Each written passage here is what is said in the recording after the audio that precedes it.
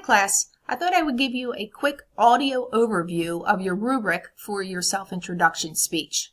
As you know, for this speech, a PowerPoint is not necessary. You can have a PowerPoint if you like, but it's not required.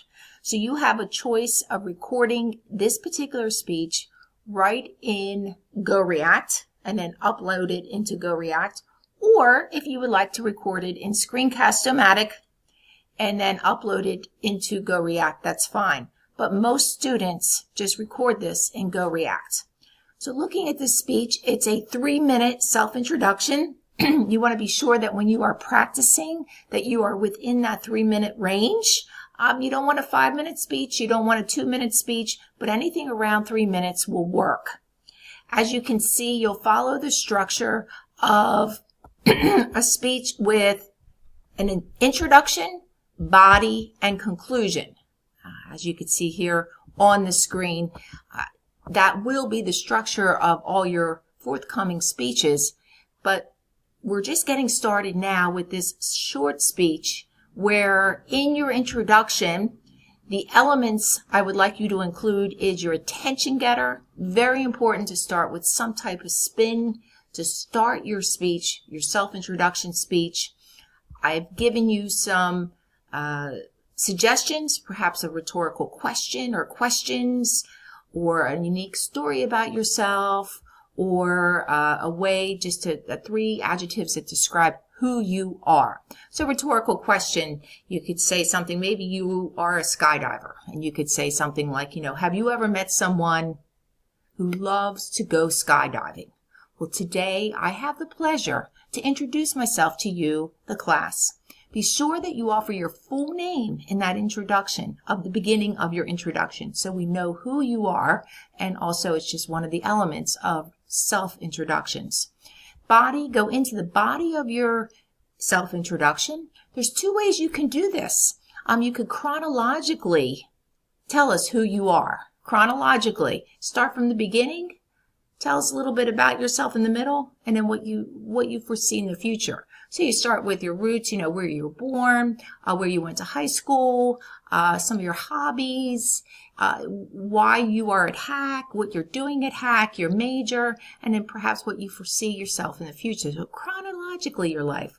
Or you could think about 3 main points about yourself. A lot of times what we do is break down our life into, perhaps family and friends, our career goals or our occupation, which is an identity in our culture of who you are. So career goals and perhaps some of your hobbies or activities, things you like to do in your spare time. But any 3 points would work as far as breaking that down in your body of your speech, the meat of your speech, the body of your speech. And then lastly, you offer a conclusion.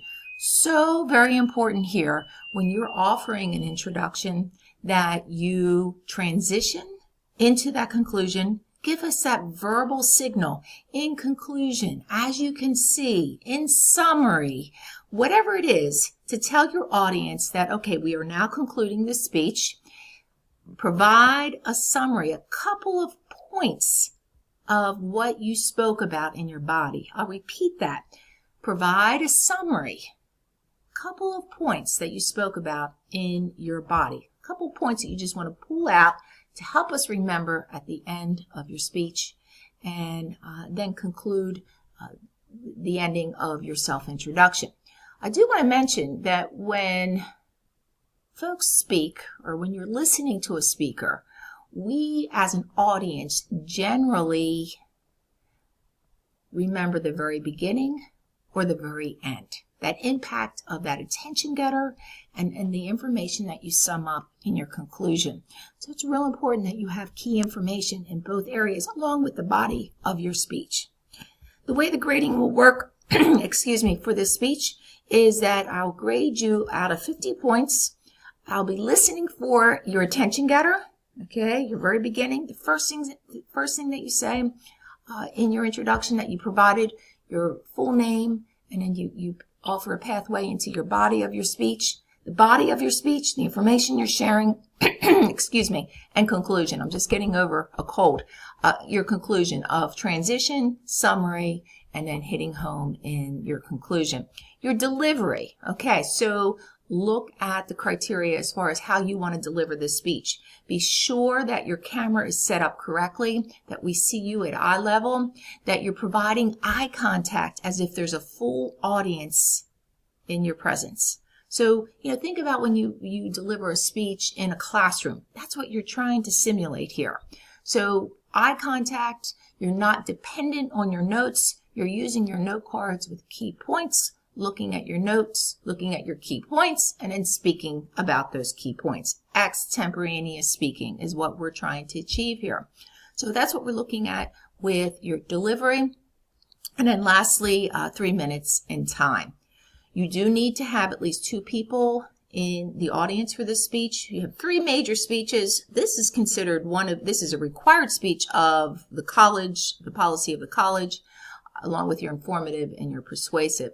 So you do need to have at least 2 people in your audience. You will want to show me and others, your classmates, that the audience is there. You could do that in the very beginning by using your webcam, or at the very end and showing us that you do have that audience present during your speech.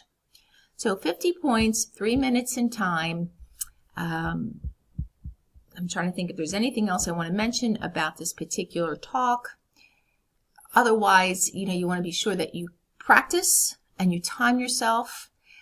Do know you can practice, record yourself, look at it, and then delete it if you want and resubmit a speech. But what you cannot do, and what will be an instant zero, is when you are recording and you stop the recording and then start it up again. And we can see this as you are recording. So it's only 1 take. However, you can practice as much as you like. Well, good luck with your preparation and with your speech delivery. And as always, if you have any questions, just shoot me an email.